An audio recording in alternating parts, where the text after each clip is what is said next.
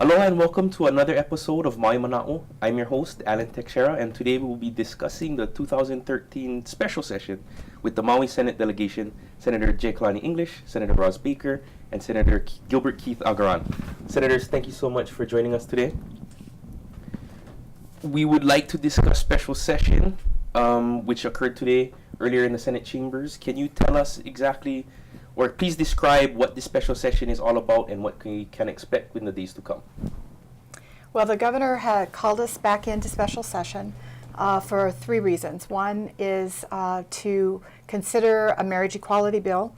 There are two collective bargaining bills to fund Unit 10 and Unit 13 that have come over from the House, and an emergency appropriation for Kauai community hospitals, part of the Kauai hospitals that are part of HHSC.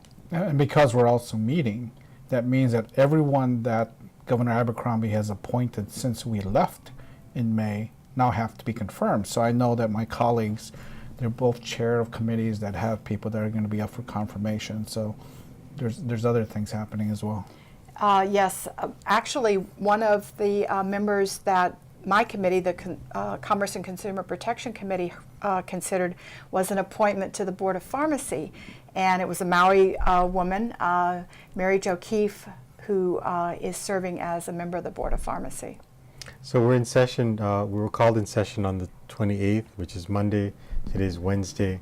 The Senate just today passed Senate Bill 1, which will now go to the House, and the House will consider it. So actually, I think seems like we're going to move into next week, a little bit of next week as well, for the House to consider it and then come back. So, besides the bill, two other issues, we also take up the appointments, and for many of for the bodies, for the House and the Senate, we also did some minor rule changes, things that we did in the interim, but we need to just codify basically. And we also have another very important appointment to consider. The hearing will be in the morning, or Thursday morning, before Judiciary and Labor, and that's the recommendation of the Chief Justice for a Maui District Court appointment, and we're very pleased that Lloyd Pullman has been named to that position. It's a family court position, and one that he's been serving as a per diem judge in, and is well suited to that post. So his confirmation will come up, and the way that works, right, is that the Judiciary Committee hears it, they make a recommendation, they send that to the Senate full body for us to consider. So maybe Friday we might vote on issue will that. come up for him. Can we talk a little about special session itself? I mean, the governor convened this one. I don't think a lot of people understand the meaning of special session. There's different ways that we can come back in. If we get 2/3 of the members of the Senate signing a petition saying we want to come back in, we call ourselves back in. In this particular instance, it was the governor that used his authority to call us back in to consider this issue. But in reality, once we're called in, we can put anything on the table. We're in session, so like in the House, there are some other bills introduced and other measures put forward, but the ones that will move are the ones generally that we have agreement that, okay, this is the one that we're going to hear. And separately, we have to come back in to confirm judges. Yes. We did that 30 earlier days. this summer, and now with Lloyd Pullman being appointed by the Chief Justice, we would have had to come back anyway. So we're going to actually get quite a number of things done while we're here. Excellent. And with the emergency appropriation, the governor has to send us that message. Otherwise, we're appropriating money into the current budget cycle, and we cannot do that without a request from the governor. And the reason that particular one is important is Maui Memorial Medical Center had actually a little surplus in their line item spending and was able to help bail the Kauai hospitals out. And so with this appropriation, Maui's going to be made whole as well, which is a really good thing, because you never know when something may come up that needs to be addressed at Maui Memorial, and now we will have the resources that we had originally been able to count on to help pay for the things at our hospital. And I So- think we all would have liked to have been on Maui for the big announcement. Oh, I think yes. Yes. Yeah, today was a very special day for Maui. They received their designation as a level 3 trauma center. And that's really important because it means that the organization and the staffing is in place, plus the protocols and best practices to make sure that we have the very best trauma services available. And some of those funds to get this designation came from the increase in cigarette tax that we did a number of years ago and put away in a special trauma fund. So I'm glad Maui's getting to use some of those special funds. Excellent. Senators, we can discuss some of the interim projects that you have been working on thus far. Anything in particular you'd like to bring up? Well, we've been working on one for transportation. We passed the anti-texting, no Talking. cell phone use on the road.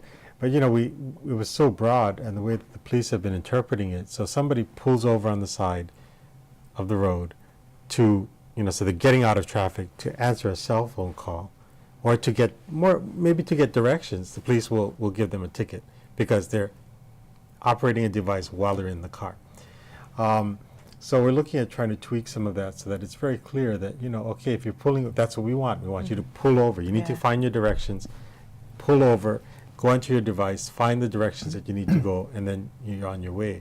So we're looking at tweaking that. We're also looking at fixing the part, right now you get a ticket, you must go to court. So the courts are overloaded, and they're telling us, look, you created legislation, you created this by mandating that everybody has to go to court. And I think because it's a criminal, what's the category, I don't know. what there's the a particular is. category that says they must go to court. So we're trying to fix that to say, okay, it's an infraction. You can say, yes, I did this and pay the fine. So, hoping that if we can fix that, then it makes it a little bit easier for people that are, we depend on our devices. We don't want them driving with it and using it. So, when they pull over and they try to deal with this and not go in traffic, they're getting tickets. We had both Ways and Means and Finance on Maui last week, and one of the places that we went, which is really important since we're talking about transportation, is Kahului Airport. It's really one of the busiest airports. It is the busiest neighbor island airport, and we have some needs in terms of replacing, resurfacing the runway. It's getting a very much needed facelift, both in with our bathrooms, our restrooms, men's and women's, as well as just the comforts to make it a more pleasant experience for our visitors when they come in, or any of us that need to use it to go between the islands. But I was really happy to see that both Ways and Means and Finance took the time to really take a look at what needs to be done at Kahului Airport, and hopefully will, when it comes up and the administration asks for the funds, that both House Finance and Ways and Means will consider that and include it in the budget. And it was good that the Oahu representatives and senators were there to hear the deputy director from DOT talk about how Maui Kahului Airport is one of the airports that actually makes money, Yes. and it actually helps to subsidize the entire system. So when we invest in Kahului Airport, it's an important thing to do. Yeah, absolutely. I mean, we get over 10,000 people passing through that airport every day, and we need to do improvements to not only the runway, which is mandated by basically the FAA saying we'll shut down the airport if you don't fix Yeah. this. We also need to do things like the parking structure and better roads into the airport. Right now, you go through Derry Road, and everybody knows that it gets all the traffic lights. You get bogged up over there. So we're working on those things. We also went to. Well, I was just going to say the other big project that's going to be starting, I think they're sending out the RFP, has to do with the construction of the consolidated Yes. rental The car rental car facility, facility. which will make it a lot easier to sort of move around. You'll have a way that one vehicle can drive around, pick everybody up, and take them to the facility, and not have multiple Right. rental car buses trying to clog up. And that's been a big, a long haul for us to get it to this point. So when they put in the consolidated rental car facilities, the idea is that all the rental car facilities are in one structure, going up instead of spread out. It's one bus that goes around. Everybody gets on that one bus and you get dropped off to whichever rental car company you go to. So instead of 7 or 8 buses going around, you have one. And then it helps us to clear up some space at the airport by consolidating all of them and going to a structure going up. So we approved this probably about 6-8 years Yeah, ago. something like that, yeah. And I think, and right after that, then they'll be able to now put in the new access road that goes past that area for the airport. And I think earlier this summer, they actually opened a portion of that access road on the Kahului side of Hana Highway. Yeah. So, And it's almost complete. Now you can go on it and turn up to Palehu Road. And I think within the next maybe month, they're going to open the part that hooks into the Hana Highway. So it's getting there slowly. And, if you fly over it, you'll see the dramatic changes on the ground. Along with this site visit, the next day, the Senate committee came out to Hana, which was, very special. It's a long drive, I can tell you that. But it was good to have some of our Oahu and other island senators experience this. They also went up in helicopters to go look at the work of the Maui Invasive Species Committee to get an idea of just how big of an area these guys have to cover. And they showed us this ballistic technology, which basically shoots a very small dosage of herbicide into a plant. I mean, they're going after a very thin stalk of the Myconium. And so, before where they would just spray, now it's going after each individual plant. And they're saying they're using like 1,000th the amount of chemicals that they used before. Oh, that's terrific. And they're getting better outcomes. We also then looked at the airport, the Hana airport. We have $19 million of improvements going in there, and we need to do those improvements. We put it in the budget, I think, 2 years ago, and we're just waiting for the governor to release those monies. So the airport administrators were showing us the plans of what they plan to do, how they plan to deal with, modernizing Hana Airport, rebuilding the infrastructure there for FAA certification, and then realigning the runway a little bit to avoid. We have the Kalani Trail. So, it actually cuts right at the back end of the airport. So if they just realign it a little, it'll preserve that whole trail section. Then we went down to Hana Pier and looked at that was very, I could see the Oahu and Big Island senators looking at this going, okay, now we get it. Standing on a condemned pier that's looking at everything after driving in on the road, seeing our airport, and then they said, okay, we have to work on the pier. So it was a good day out in Hana. Great. and then earlier this summer, when the governor was out of town, our own Shansitsui was acting governor, and among the things that he did do was release money for the new Central Maui Park Yes. that he started. I put a little bit more money in, and with your help, I think we have enough money now to get started on that park. Then a few days later, Mayor Arakawa announced that the county also had entered into a deal with A&B to purchase more parklands. So I think Kahului, the whole Central Valley, is going to have a lot of parklands to benefit our kids in the future, and hopefully, those projects will get going quickly. Yeah, you can never have enough parkland because the population is growing, and we really want to get kids out and moving, and their parents enjoying that as well. So it's nice that we've got some new facilities coming online. One other issue that when we went out to Hana was, going over all of the bridges, they got to see just how bad the bridges are. Yes. And then I took them actually to county projects past Hana. The county's replaced a number of bridges, and they've done a very good job of it. So we went to see a completed bridge, and of course it looks like the old bridge. So it was built, new bridge, but it looks like a bridge from 1910. One lane, small, it looks like the original bridge, but it's brand new. Then we went to see the one above Hamua Kaholopo'o, which is, there's no bridge. They took out the old bridge. They're putting in the new one. So we got to see what that means, how they have to divert traffic, how they're working on it, which I hope helps our senators to understand, the complexities of all of our bridges, because we're going to have to start replacing a lot of bridges on all the islands. Our infrastructure is on average about 100 years old.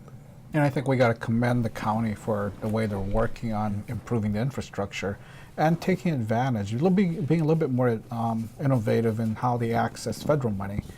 In Central Maui, for example, David Good and Rowena Dagdag from Public Works are using federal money now to rebuild the main collector roads, Papa, Kamehameha, Wakea. So that's why you're seeing a lot of work happening now, and people are surprised by how smooth those roads are getting. And I think they're going to be pleasantly surprised because they're actually building the road from the bottom up. I mean, these roads, when they were built to different standards that were in effect 20 years ago. And so over time, they've just been repaved again and again without really putting in the kind of infrastructure that we expect now in our roads. See, and that's the exact same issue at the Kahului Airport. It was built in the 40s during World War II, and the substructure is giving way. So every time a plane lands and hits that asphalt, it sort of pancakes out. And that's exactly what we're going to have to do at the airport, is go down to the subsurface, rebuild it to handle the pressure of the airplanes. And that's why it's such a huge project. But if we do it and we do it right, it should last us for a very long time. And that's our lifeline to Honolulu, the other islands, to the mainland, and that's how we get a lot of our goods and services. And it's really central to our economy, so we've got to make sure that project continues to move forward and stays on target. I think earlier this summer too, I think Senator English and I were able to tour Honolulu Harbor to look at some of the projects, and I think you can talk a little bit about that. Well, it was a fascinating tour because we had set up the tour before the molasses spill, and it came. The tour happened shortly after the molasses spill, so we got to see where it happened and how it happened. But we also got to see just how important it is to have the infrastructure in place here. We have a just-in-time delivery system, which means they bring in the ship, they offload it. It doesn't stay in a warehouse. It goes right onto the trucks and out to the stores. So, if something backs up, all the movement of goods backs up as well. So we got to see a very fascinating system of how the tugboats, go through the harbor, how they stack, different companies would stack these huge containers. And they said, okay, one company told us that on average it's 20 minutes per truck to come in. In other words, when a truck shows up for one particular container, they have to know exactly where the container is, have everything moved and ready to go. The truck comes in, by radio frequency, they know where to go. The thing is, the container's waiting, it's put onto the truck and out. I mean, a marvelous piece of engineering and computerization and tracking every single piece. Yeah, and we saw how they actually used the space they had. Right. Because I think some have a up little bit larger space, and so they have a little different operation. But those that have really small spaces really require a lot of precision and efficiency. Yeah. Containers stacked 5 high, and they have to move all of it to get to the bottom one. Yeah, and then how they do, I learned a lot about how they do refrigerated containers. Yes. They have things that have to be at a certain temperature, so they have a specific area where all these containers are plugged in and powered up. They have backup power supply in case the grid goes down. They keep everything chilled. So a lot of, it's a part of our infrastructure that the general public doesn't see, but it's really valuable, because if we don't maintain that, and that's why we went down there to look at it, then we start really impacting the economy as things back up. So again, we have a lot of monies in the budget to fix up all of our harbors, including Honolulu Harbor. And part of our goal in going down there was to say, okay, show us what needs to be fixed. Let's see what has been done, and let's see what hasn't, and why hasn't it been done. So I think it was a very productive tour of Honolulu Harbor. Yeah, that's really one of the kind of thing that we do during the interim. When we're not here, we're looking at following up on laws that we've passed, money that's been expended, thinking about how we can address constituent concerns when we come back into regular session, and really doing the research and the study. I've been on a couple of what I call professional development trips this year, working with NCSL, the National Conference of State Legislatures, trying to learn more about the Affordable Care Act, how it impacts us, some of the other commerce and consumer protection measures that the Congress is dealing with, how the other states are reacting. So it's an opportunity for us to learn from others and not have to reinvent the wheel, as well as going on the site visits just to see how things that we've passed, projects that we've funded, are getting taken care of in our own backyard. Yeah, and that is a major part of our work during the interim. In fact, I think every single senator, every single House member does this, where this is where we follow up and say, okay, is it actually being done? Mm-hmm. Did the monies that we appropriate make it to that program? And then we follow up and make the calls and say, well, what happened? Where is it? And sometimes you get the pleasant surprise and go, oh, it's done, and it's done the way we intended, and thank you very much. But here we are in the special session, and so we're geared back up. We're in full swing and dealing with all of the issues that are before us in this session, also taking up all of the appointments. So that's why the Senate has a little bit, our committees are actually activated because the Senate confirms and not the House, and so they will just deal with the bills and the collective bargaining issues. We're dealing with the appointments as well. I kind of ran out of questions, so we can talk about anything you want to bring up right now. Well, I think going into next session, for the regular session, like the three of us, we start planning now. We talk about what things that the Maui County as a whole needs, what do our district needs, things that affect like the airport, harbors, hospitals, all of these things. This is the time that we look at it. So, we're starting to put our bills together, and if anybody has, we're getting calls already from constituents saying, what about this and what about that, and let's try a bill, like this. So I have another one where, what do they call those things? It's not a dirt bike, but it has four wheels. The quads. The quads, where, the ranchers. ATVs. The ranchers in upcountry, they don't use horses it's anymore. the new horses. Right, Right, it's a new right. horse. But we have a restriction for them going on the roads. And they're saying, look, we have to cross the roads to get to another pasture. to get to the other pasture. And so how do we, legally we can't do Yeah. this. So we're working on some language to try and help them to, use this in their work, but also cross the government roads. Yeah, because it's a very strange thing, because I think they've been told that they would have to cross a road, they would need to put it on a trailer and then drive it over, even though they're It's just right over moving, the road. the gate is right across from where they are. Wow. So they can just, and for the most part, it doesn't make sense to require them to do that. Yeah, so we're looking at a bill to help them out with that. There's another example of how modern technology or changing practices require changes in the statute. And people say, well, you guys always seem to be tweaking this and tweaking that. Well, times change, technology changes, procedures change, and you need to keep up with that to make sure that everything proceeds rather smoothly. So I know, we'll be having informational meetings, back in the district, asking people to come share with us if they have any issues or concerns that, we can start to take a look at. But, the other thing is meeting with the departments. The Department of Commerce and Consumer Affairs is under my committee's jurisdiction, and so I want to meet with them to see, how the detective and guards new registration is going and how we can improve it, make it better on a going forward basis. Or meeting with the PUC that's looking at some of the net metering and other regulatory processes to help the utility as well as the consumer sort of move into a more distributed grid and take more clean energy, renewable energy.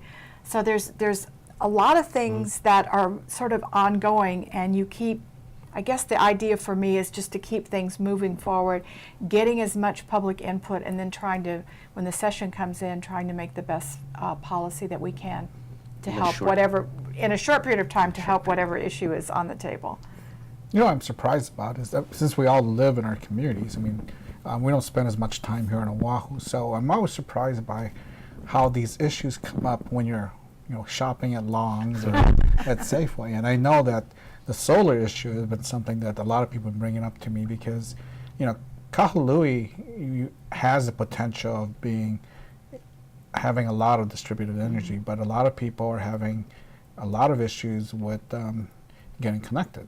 And I think you're seeing it now where even the solar installers, I think, are concerned now with the way that Maui Electric and Hawaiian Electric are processing it.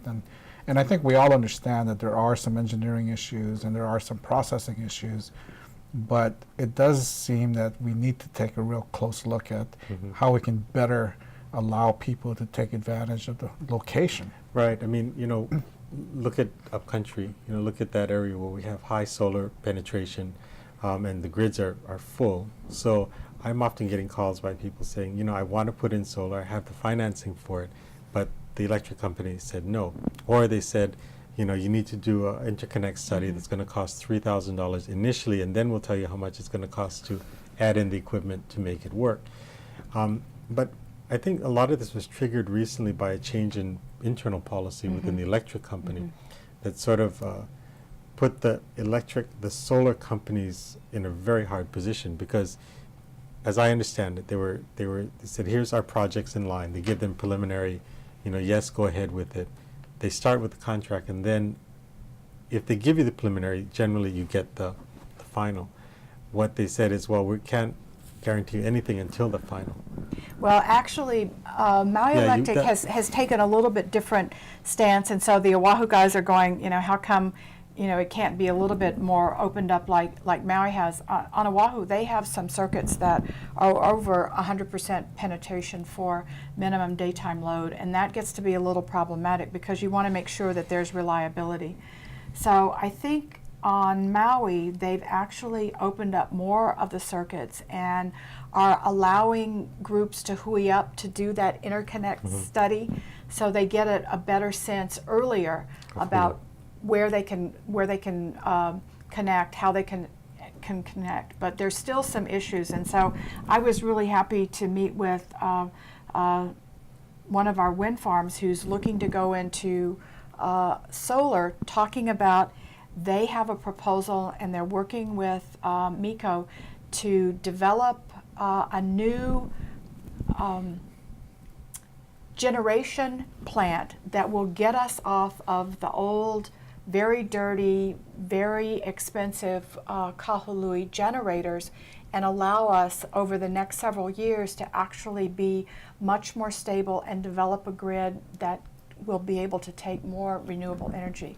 So I was happy to see that, this is going forward. So we're making some progress in that area. Excellent. Senators, thank you so much for your time and joining us again. I'd like to thank everybody for joining us on this episode of Maui Manao. Aloha and mahalo. Thank you.